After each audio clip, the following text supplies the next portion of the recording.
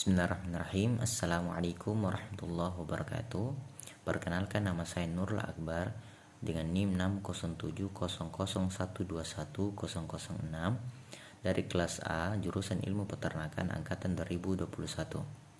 Di sini saya akan menjelaskan salah satu tutorial SPSS, yaitu korelasi parsial sebagai tugas final dari mata kuliah metode korelasi parsial.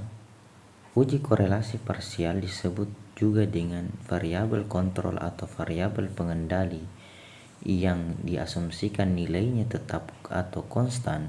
Penggunaan variabel kontrol dalam analisis korelasi bertujuan untuk mengetahui apakah hubungan yang sudah terbentuk antara variabel X dengan variabel yang dipengaruhi oleh variabel kontrol tersebut atau tidak.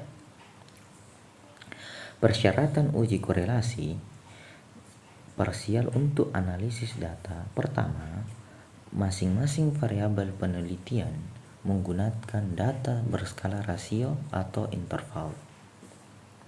Kedua, karena korelasi parsial merupakan bagian dari statistik parametrik, maka data penelitian harus berdistribusi normal. Contoh soal uji korelasi parsial dalam penelitian, yakni seorang dosen ingin mengetahui apakah ada hubungan antara IQ (Intelligence Quotient) dengan nilai IPK (Indeks Prestasi Kumulatif Mahasiswa) dengan motivasi berprestasi sebagai variabel kontrol. Guna keperluan penelitian ini, maka dosen tersebut mengumpulkan data-data yang dibutuhkan menggunakan kuesioner untuk 12 orang sampel atau responden penelitian. Adapun tabulasi data penelitian yang dimaksud dapat Anda lihat pada tabel berikut ini.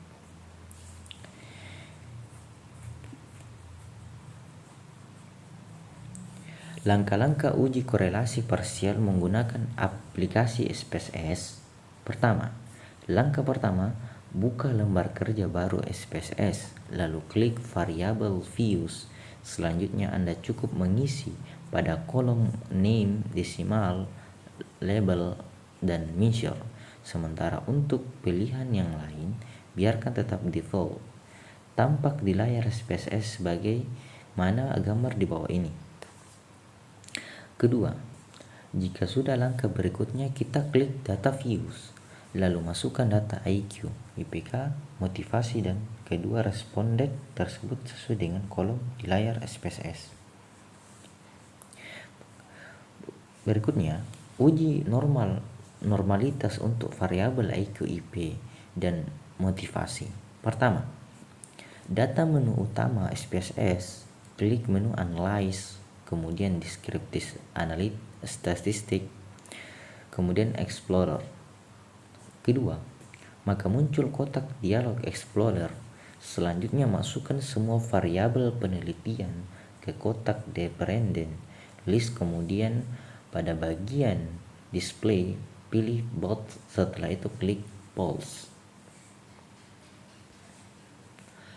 Ketiga, maka muncul kotak dialog Explore Plots, lalu beri tanda checklist V pada Normality, Pulse, with Dates. Selanjutnya kita klik Continue, kemudian diklik OK.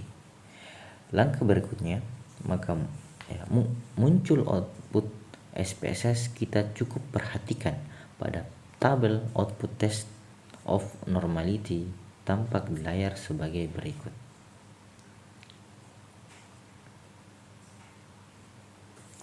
Hasil output test of normality berdasarkan tabel output SPSS test of normality di atas diketahui bahwa nilai signifikan dalam uji normalitas Shapiro-Wilks adalah sebagai berikut. Pertama, nilai IQ signifikan adalah sebesar 0,932. Kedua, nilai IPK signifikan adalah sebesar 0,152. Ketiga, nilai motivasi signifikan adalah sebesar 0,066. Karena nilai signifikansi untuk signifikansi Untuk semua variabel penelitian di atas lebih besar 0,05, maka dapat disimpulkan variabel IQ, IPK, dan motivasi adalah berdistribusi normal. Dengan demikian, asumsi dasar atau persyaratan dalam uji korelasi parsial sudah terpenuhi. Berikutnya, langkah-langkah uji korelasi parsial dengan SPSS. Pertama, langkah pertama kita akan melakukan uji korelasi dengan SPSS dengan cara mengklik menu Analyze Correlation, kemudian partial tampak di layar. Kedua, muncul kotak dialog partial correlation. Selanjutnya, masukkan variabel IQ dan IPK ke kotak variabel, kemudian masukkan variabel motivasi ke kotak controlling for. Pada bagian test of significance, pilih tool tailored dan beri tanda checklist untuk display actual significance level. Kemudian klik options. Langkah yang berikutnya, ketiga, muncul kotak dialog partai correlation option, kemudian pada bagian statistik diberikan tanda checklist untuk mean and standard deviation and zero order correlation. Selanjutnya pada bagian missing values of aktifkan pilihan exclude cases pairwise, lalu kemudian klik continue. Langkah keempat, kita klik OK untuk mengakhiri perintah. Maka muncul output SPSS dengan judul partial counts. Selanjutnya tinggal interpretasikan saja ke tabel output tersebut pada tabel berikut ini. Tabel output di atas memberikan informasi kepada kita tentang ringkasan nilai statistik deskriptif atau gambaran data. Ketiga, variabel IQ, IPK, dan motivasi mencakup mean dan nilai rata-rata, standard deviation atau standar deviasi, dan nilai atau jumlah sampel yang digunakan dalam penelitian. Tabel output correlation atau tabel output SPSS memberikan informasi mengenai hubungan yang terbentuk antara variabel sebelum dan sesudah dimasukkannya variabel kontrol. Dalam analisis korelasi, untuk memaknai tabel output correlation di atas, maka ada 3 tahapan yang harus kita ketahui, yaitu pertama, menentukan rumusan hipotesis penelitian atau HO, hubungan antara IQ dan IPK dengan motivasi sebagai variabel kontrol signifikan. HA atau hubungan antara IQ dengan IPK dengan motivasi sebagai variabel kontrol signifikan. Kedua, melihat teori tentang dasar pengambilan keputusan dalam uji korelasi parsial.